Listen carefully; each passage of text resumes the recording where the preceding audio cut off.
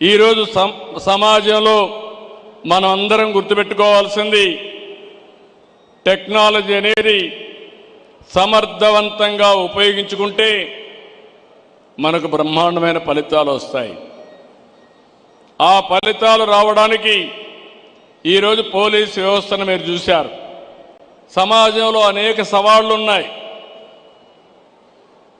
మొన్నటి వరకు ముఖ్యమంత్రిగా పనిచేసిన వ్యక్తి తెనాలి ఒక రౌడీ షీటర్,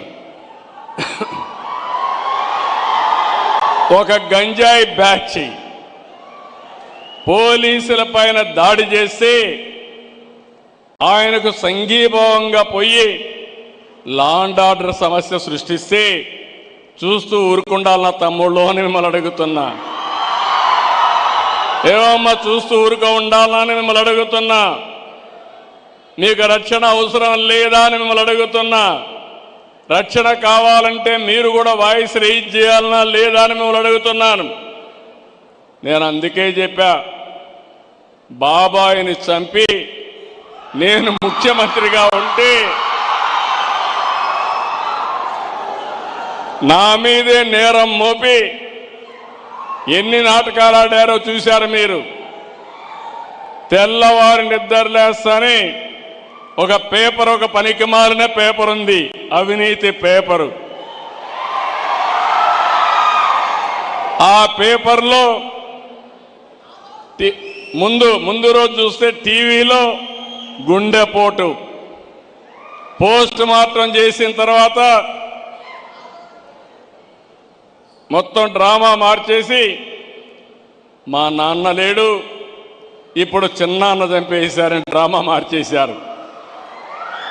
తెల్లవారి నిద్రలేస్తానే నారాసుర రక్త చరిత్రని ఆ కత్తి నా చేతిలో పెట్టి నేరం నా పైన వేశారు.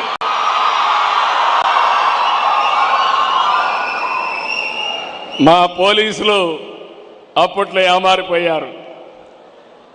సమాధానం చెప్పలేకపోయాం. ఒక్క విషయం మిమ్మల్ని అడుగుతున్నా, ఆ రోజుగానే నేను నేరస్తుల్ని అరెస్ట్ చేసుంటే మళ్ళీ ఎవడన్నా అలాంటి నేరం చేస్తాడా అని మిమ్మల్ని అడుగుతున్నా. చేస్తాడా తమ్ముళ్ళు? అంత దారుణంగా గొడ్డలితో మనిషిని చంపచ్చు, కానీ చంపచ్చు అని అనడం లేదు. ఆ గొడ్డలితో నరికిన విధానం, రూమ్ అంతా కూడా రక్తం పడిపోయి బాత్రూమ్ వరకు లాక్కెళ్ళి ఘోరాతి ఘోరంగా మర్డర్ చేసిన వ్యక్తి రాజకీయాలకు అర్హులా తమ్ముళ్ళో అని మిమ్మల్ని అడుగుతున్నా. అలాంటి వాళ్ళ వల్ల ఈ రాష్ట్రానికి లాభం ఉంటుందా అని మిమ్మల్ని అడుగుతున్నా. నిన్న మొన్న ఇంకా చాలా ఉన్నాయి, అన్ని చెప్తే నేను కోర్టులో కూడా ఉన్నాయి కాబట్టి నేను ఇప్పుడు ఒకటే నిర్ణయించుకున్నా, ఎవడైనా సరే పోలీసులకు కూడా విజ్ఞప్తి చేస్తున్నా, కొత్త తరం రాజకీయం వచ్చింది. ఒకప్పుడు రౌడీ అంటే రౌడీ పక్కన నిలబడుకోవాలంటే రాజకీయ నాయకులు సిగ్గుపడిపోయేవాళ్ళు. ఇప్పుడు రౌడీలే రాజకీయాల్లోకి వచ్చేసి రాజకీయ ముసుగులో నేరాలు ఘోరాలు చేస్తా ఉంటే పోలీసు వ్యవస్థ ముసుగు తీసి నేరస్తులుగా చూడకపోతే మీరు లా అండ్ ఆర్డర్ కంట్రోల్ చేయలేరని చెప్పి కూడా నేను మీకు తెలియజేస్తున్నా. ఎవరైనా సరే ప్రజాహితం కోసం మనందరం ఒకటే ఆలోచించాలి.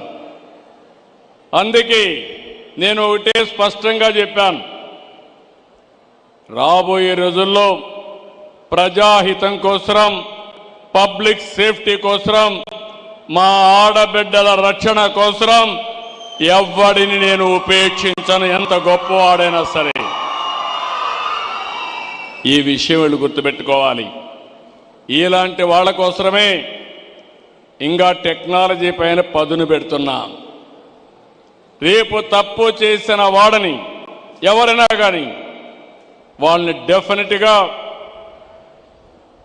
తగిన శిక్ష చేసే వరకు వదిలిపెట్టాం. దీనికి కావలసిన టెక్నాలజీ సపోర్ట్